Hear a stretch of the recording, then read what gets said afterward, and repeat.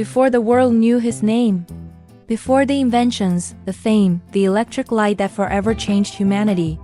There was a little boy, a boy who couldn't sit still, a boy who asked far too many questions, a boy his teachers labeled as slow, distracted, not normal. This is the story the world rarely tells. The story of Thomas Edison before he became a scientist. Thomas Edison. The year was 1854.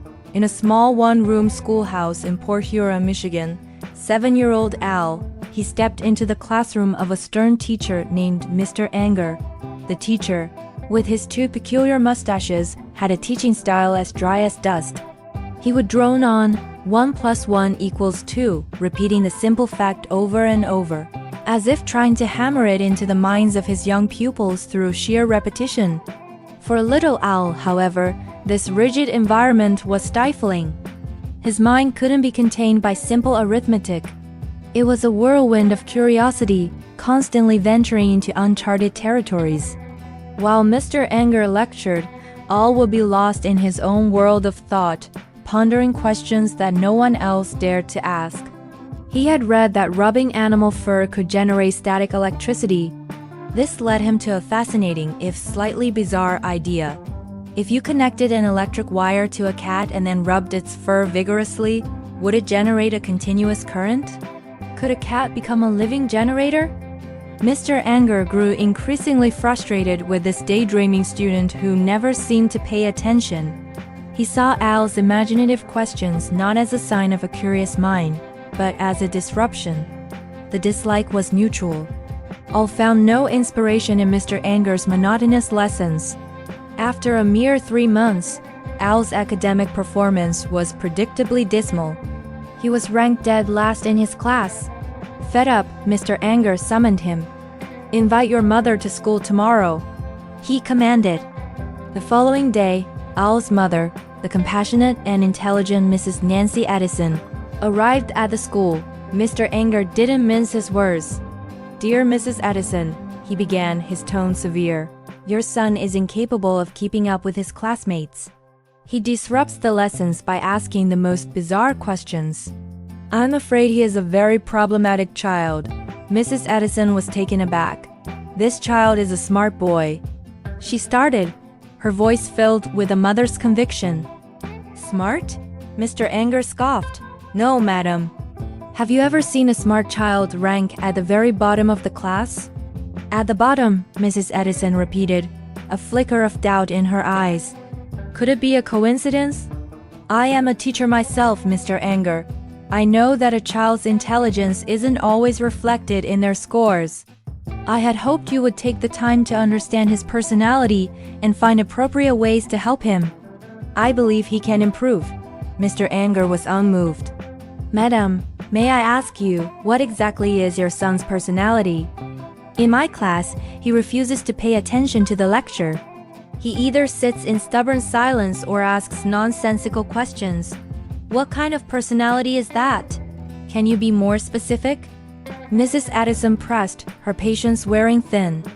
"What is so strange about his questions? For example," the teacher explained, exasperated, "I teach them that 1 + 1 = 2 and 2 + 2 = 4. Any child who listens understands this instantly. But your son raises his hand and asks, 'Why does 2 + 2 = 4? You see, 4 = 4. Why ask why? Don't you think that is a strange, pointless question?" Mrs. Edison did not think so at all. "Mr. Anger, to be honest, I don't find that question strange in the slightest," she countered, her voice calm but firm. When Sir Isaac Newton sat under an apple tree, he saw an apple fall to the ground. He asked, "Why does the apple fall down and not up into the sky?" To many, that might have seemed like a strange question. But it was precisely that question that led to the discovery of the law of universal gravitation. Are we to say that Newton should never have asked such a question? Mr. Anger, cornered by her, countenance turned red with embarrassment. He slammed his hand on the table. "Who is Newton, and who is your son? How can you possibly compare them? Please allow me to be blunt. Your son's mental capacity is not normal like other children's. In that moment, Mrs. Edison knew. She realized this rigid, unimaginative classroom was no place for her son's brilliant, inquisitive mind to flourish. It was a cage, not a garden. Then this school, sir, does not deserve my son. She turned, took young Al's hand, and walked him out of the building, away from that classroom, forever. Back at their small home, Nancy called Al over to her. Her expression was serious, and she looked him directly in the eyes. "Oh," she began softly, preparing him for the weight of her words. "Your teachers think you're slow." Al's eyes widened, a flicker of hurt and confusion crossing his young face. "Slow? But I just want answers. They never explain the things I truly want to know." Nancy knelt down, bringing her face level with his, her gaze intense and full of love. "Listen to me, my son. You are not slow. You are gifted with a mind that sees the world differently than others." Al swallowed hard, a lump forming in his throat as tears welled in his eyes. "So, I don't have to go back to school?" he asked, his voice trembling with a mix of fear and hope. "No, Al," she said, placing her warm hands firmly on his small shoulders. "Starting tomorrow, I will teach you myself." Al stared at her, stunned. In that moment, a world of pressure, of not fitting in, of being misunderstood, lifted from his young chest.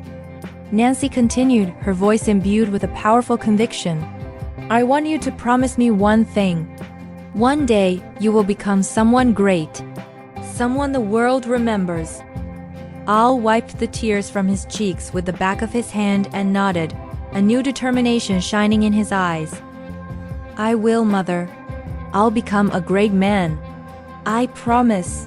Their hands clasped together, and in that quiet, profound moment between a mother and her son, a destiny was written. And so Al's true education began not in a rigid classroom, but in the vibrant, nurturing space of his own home. Nancy filled their living room with books on every subject imaginable: science, history, poetry, and biographies of great thinkers. But she didn't just teach him what to think. She taught him how to think. She encouraged him to ask questions, even the strange ones. Especially the strange ones. She gave him the freedom to explore. She let him take apart household objects, from clocks to teapots, just to see how they worked. She watched as he turned their basement into a tiny makeshift laboratory, a chaotic world where bottles bubbled with mysterious concoctions. Wires tangled in intricate webs, and the smell of smoke occasionally filled the air. Their neighbors whispered amongst themselves, convinced the boy was strange, that he should have stayed in a proper school. But Nancy? She saw something else entirely. She saw a genius taking shape. One evening, as Nancy washed dishes by the dim light of an oil lamp, she noticed Al scribbling furiously in a notebook, his brow furrowed in deep concentration. "What are you working on now, my dear?" she asked with a gentle smile. Al looked up from his work, his eyes shining with an electrifying excitement. "I'm trying to understand how electricity moves," he explained breathlessly. "Maybe if I study it enough, I can make something new. Something no one has ever seen before." Nancy paused, drying her hands on her apron. In her son's eyes, she saw it all: the relentless determination, the insatiable curiosity, a burning fire that the rigid structure of school could never have ignited, only extinguished. She smiled, her heart swelling with pride. "Then keep going, Al. Keep going." And he did.